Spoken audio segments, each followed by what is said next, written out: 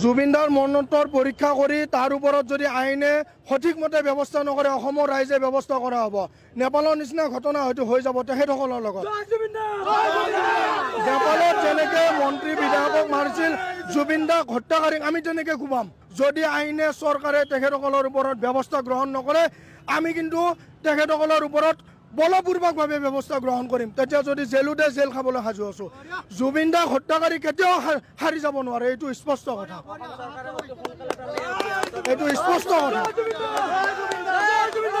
আৰে লাখ লাখ কোটি কোটি টকাৰ আপোনালোকে মেছেজ আমি ছ'চিয়েল মিডিয়াত পাইছোঁ, সামাজিক মাধ্যমত পাইছোঁ, কোটি টকাৰ হিচাপ। জুবিনদাৰ একাউণ্টত বোলে মাত্ৰ 10,000 টকা আছে। জুবিনদাৰ এখন ফাংচন গ'লে 7-8 লাখ টকা পায়। ইমান ফাংচন জুবিনদাৰ নিচিনা ফাংচন গোৱা মানুহ অসম নহয় ভাৰততে নাই। সেই টকাবোৰ ক'ত গ'ল? সেই টকাবোৰ তেখেতসকলে আত্মসাৎ কৰিছে, এতিয়া উভতাই দিব লাগিব বুলি সেই ষড়যন্ত্ৰ কৰি জুবিনদাক হত্যা কৰা হৈছে। শ্যামকানু মহন্ত, জুবিনৰ মেনেজাৰ, জুবিনদাৰ যিটো মেনেজাৰ শৰ্মা, সিদ্ধাৰ্থ শৰ্মা, লগতে শেখৰ, এইবিলাক সকলো জড়িত হৈ আছে। জুবিনদা পানী ডুবি কেনেকৈ মৰিল ইমানবোৰ মানুহ থকাৰ পিছত? জুবিনদাৰ কাৰণে জান দিব লাগিছিল তেখেতসকলে। অসমতো বহুত জনতা আছে, জুবিনদাৰ অনুৰাগী আছে, য'ত জুবিনদাৰ তেনেকুৱা অৱস্থা হ'লে নিজৰ জান দি হ'লেও জুবিনদাক বচালে হয়। তেখেতসকল কিয়নো বচাব নোৱাৰিলে?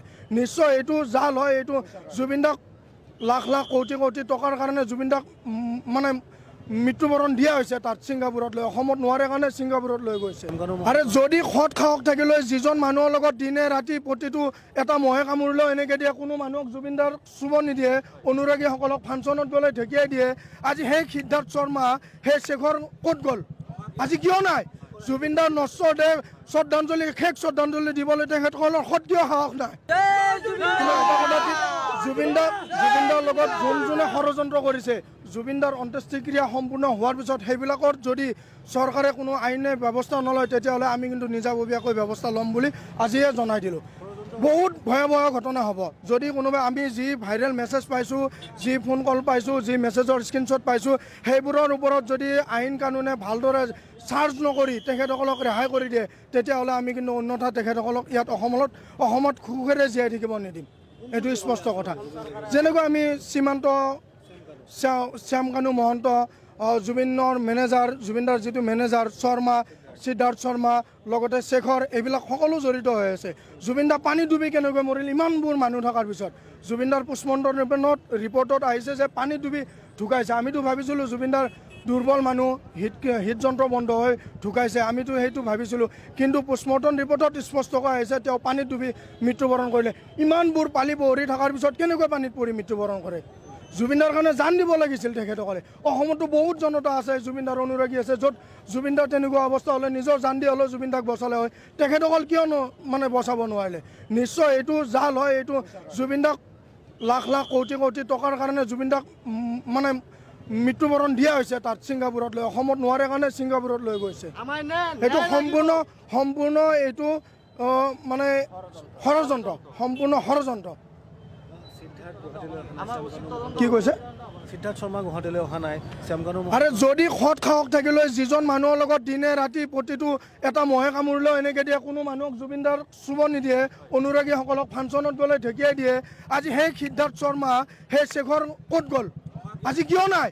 জুবিনদাৰ নশ্বৰ দেহ শ্ৰদ্ধাঞ্জলি, শেষ শ্ৰদ্ধাঞ্জলি দিবলৈ তেখেতসকলৰ সত্য সাহস নাই।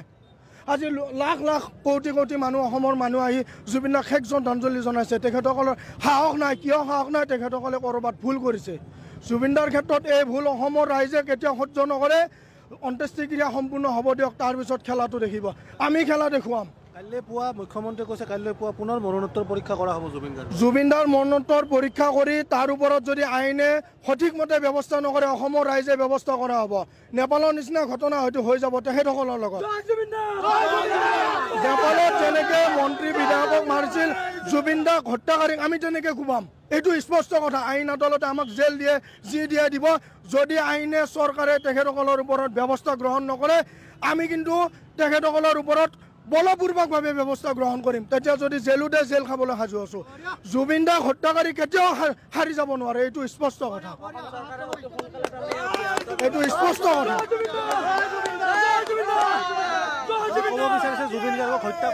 জুবিনদাক হত্যা কৰা হৈছে। আমি যিমানবোৰ দেখিছোঁ, কিয় শ্যামকানু মহন্তৰ লগত গৈছে, মানুহ মৃত্যু হয়। মানুহ মৰণশীল, মানুহ জন্ম হ'লে মৃত্যু হয়।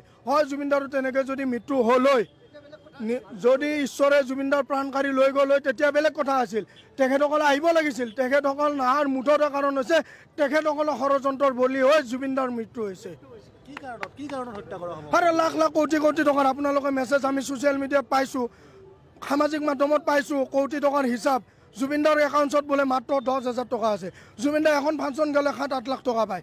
ইমান ফাংচন, জুবিনদাৰ নিচিনা ফাংচন গোৱা মানুহ অসম নহয় ভাৰততে নাই। সেই টকাবোৰ ক'ত গ'ল? সেই টকাবোৰ তেখেতসকলে আত্মসাৎ কৰিছে, এতিয়া উভতাই দিব লাগিব বুলি সেই ষড়যন্ত্ৰ কৰি জুবিনদাক হত্যা কৰা হৈছে। এইটো স্পষ্ট কথা। 30 কোটি টকাৰ হোটেল এখন নিৰ্মাণ কৰাৰো এটা আমি পাইছোঁ, কিমান দূৰ সত্য আমি নাজানো। আমি যি সামাজিক মাধ্যমত পাইছোঁ সেই তথ্যৰ ভিত্তিত কৈছোঁ। শ্যামকানু মহন্ত, শেখৰ শৰ্মা আৰু কোন সিদ্ধাৰ্থ শৰ্মা তেখেতসকলে আজি আহি জুবিনদাৰ ভৰিত ধৰি কান্দি থাকিব লাগিছিল। তেখেতে পলাই ফুৰিব লগা হৈছে। কলকাতাৰ পৰা ডাইৰেক্ট শ্বিলং যোৱাৰ কথা কৈছে। অলপ আগতে আমি মেছেজ পালোঁ। কিয় যাব লগা হ'ল শ্বিলং? অসমৰ ভূমিত আহক, জুবিনদাক শেষ শ্ৰদ্ধাঞ্জলি জনাওক। কিয় সৎসাহস নাই তেখেতসকলৰ? নিশ্চয় তেখেতসকলে ষড়যন্ত্ৰ কৰি হত্যা কৰিছে। আৰু কোনোবাই কিবা ক'ব? জুবিন গাৰ্গৰ জয় জুবিনদা।